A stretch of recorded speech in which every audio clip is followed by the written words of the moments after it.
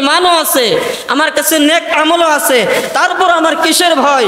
আল্লাহ পাক সূরা আনআমের 120 আয়াতে বলেন, ওয়াযারু যাহিরাল ইসমি ওয়া বাতিনা, তোমরা প্রকাশ্য এবং গোপন সব ধরনের গুনাহ থেকে নিজেকে রক্ষা করো। বলে রক্ষা না করলে কি হবে? আল্লাহ সূরা তাহরিমের 6 নম্বর আয়াতে বলেন, ঈমানদার মুমিনদেরকে ডাক দিয়া বলেন, ও আনফুসাকুম ওয়া আলাইকুম নারা, তোমরা নিজেকে এবং তোমাদের অধীনস্থদেরকে জাহান্নামের আগুন থেকে বাঁচাও। কোন চাকরি করে রিটায়ার্ড হয়েছে, বাড়িতে বৈশা বই পড়া আলেমদের উপরে ফতোয়াবাজি করে, আছেন এমন মানুষ?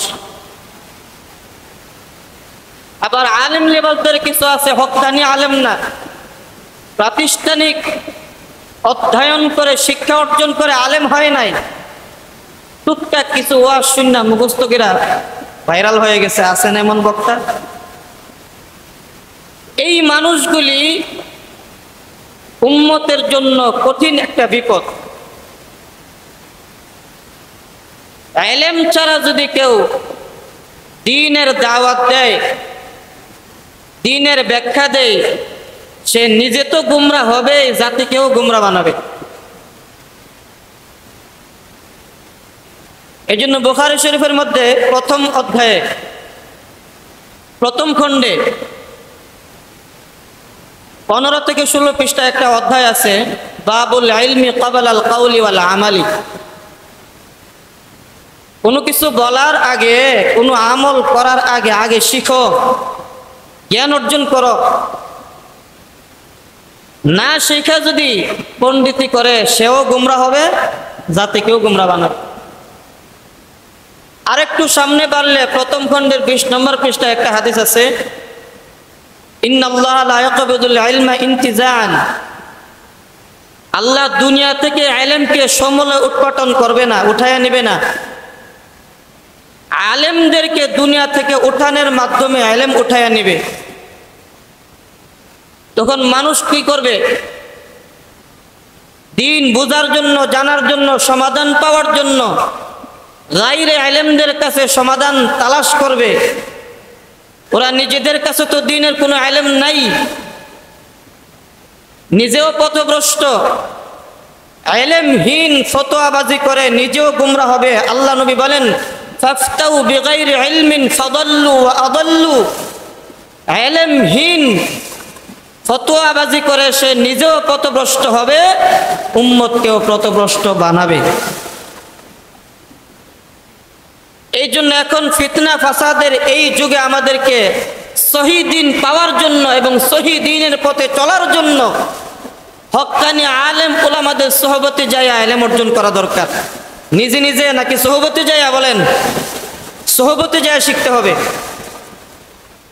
সোহবত ছাড়া, হক্কানি আলেমদের সোহবত ছাড়া যদি নিজে নিজে ঘরে বসে কেউ দ্বীনের ইলম অন্বেষণ করে, পথভ্রষ্ট হওয়ার সম্ভাবনা আছে।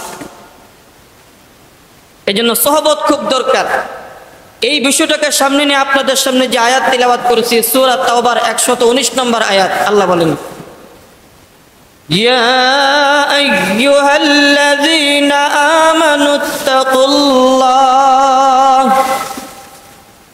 হে ঈমানদারেরা তোমরা আল্লাহকে ভয় করো, ওয়া কুনু মা'আস সাদিকিন, এবং সত্যবাদীদের সংস্রব গ্রহণ করো। আল্লাহ পাক রব্বুল আলামিন এই আয়াতের মধ্যে ঈমানদার মুমিনদেরকে ডাক দিলেন। ডাক দেওয়ার সাথে সাথে আল্লাহর ভয় দেখালেন, ইত্তাকুল্লাহ, আল্লাহকে ভয় করো। ঈমানের কথা বলার পরে, তাকওয়ার কথা বলার পরে আল্লাহওয়ালাদের সংস্রবের কথা বললেন, ওয়া কুনু মা'আস সাদিকিন, তোমরা সত্যবাদীদের সাথে, আল্লাহওয়ালাদের সাথে সময় দাও, সংস্রব গ্রহণ করো। এই যে তিনটা শব্দ, ঈমান, তাকওয়া এবং সংস্রব, এই তিনটা শব্দ আল্লাহ আয়াতে ব্যবহার করেছেন। ব্যাখ্যা দিতে গেলে সময় কোলাবে না, সংক্ষিপ্ত বলছি। এই আয়াতে প্রথমে আল্লাহ পাক ঈমানদারদেরকে ডাক দিয়েছেন, ইয়া আইয়ুহাল্লাযীনা আমানু। দুনিয়া এবং আখিরাতের কল্যাণের মূল হলো ঈমান। ঈমানদার ছাড়া আল্লাহর কাছে দুনিয়াতেও মূল্যায়ন নাই, ঈমান ছাড়া পরকালেও মুক্তির কোনো উপায় নাই। আবার শুধু ঈমানদার হলেই চলবে না, ঈমানের পাশাপাশি নেক আমল লাগবে, আবার গুনাহ থেকে বাঁচতে হবে। অনেকে মনে করে হুজুর নামাজ রোজা না পড়লো তো ঈমানটা ভালো আছে, জান্নাতে যেতাম না কেন? যেমন মুসলিম শরীফের এক হাদিস, লা ইয়াদখুলুল জান্নাতা ইল্লাল মুসলিমুন, প্রথম খণ্ডে, যে জান্নাতে ঈমানদার ছাড়া কেউ প্রবেশ করতে পারবে না, যেতে পারবে না। তাহলে বোঝা গেল ঈমান থাকলে জান্নাতে যাওয়া যাবে। এখন এই কথা শুনে যদি বলেন ঈমান তো আছে, জান্নাতে তো যাওয়া যাবে, আর চিন্তা কি? বলে না।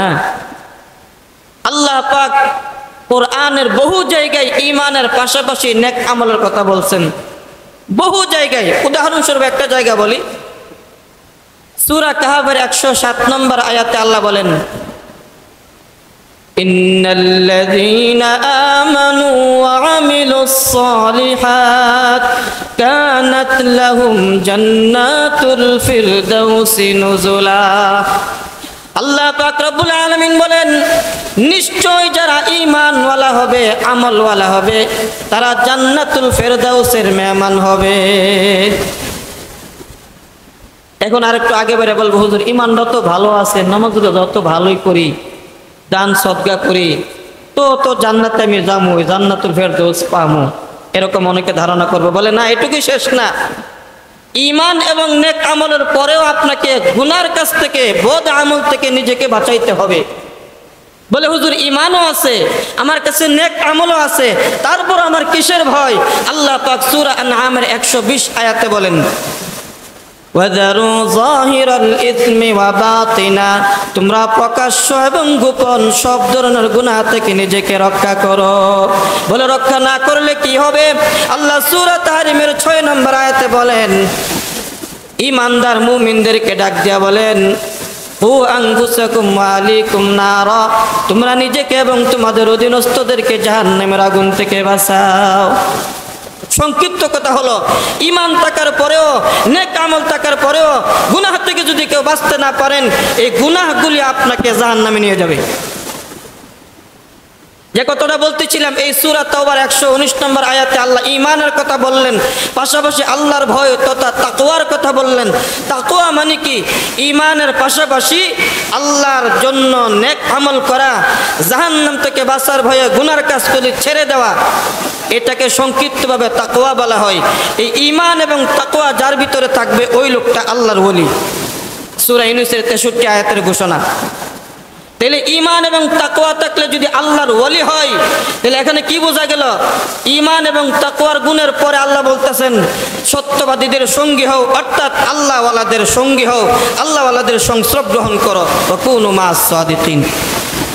আল্লাহ পাক আমাদেরকে আল্লাহওয়ালাদের সংস্রব গ্রহণ করার তৌফিক দান করুন। আপনারা আপনাদের এলাকায় একজন বিশিষ্ট পীর, মুর্শিদ, হক্কানি আলেম বুজুর্গ পেয়েছেন, আল্লামা মেহরাজুল হক কাসিমি হুজুর দামাত বারাকাতুহুল আলিয়া। এই ধন হারাইলে বলবেন কত দাম, থাকতে মূল্যায়ন করেন। আল্লাহ আমাদেরকে কথাগুলি মানার, আমল করার তৌফিক দান করুন। ওয়া আখিরু দাওয়ানা আনিল হামদুলিল্লাহি রাব্বিল আলামিন। আসসালামু আলাইকুম ওয়া রাহমাতুল্লাহ।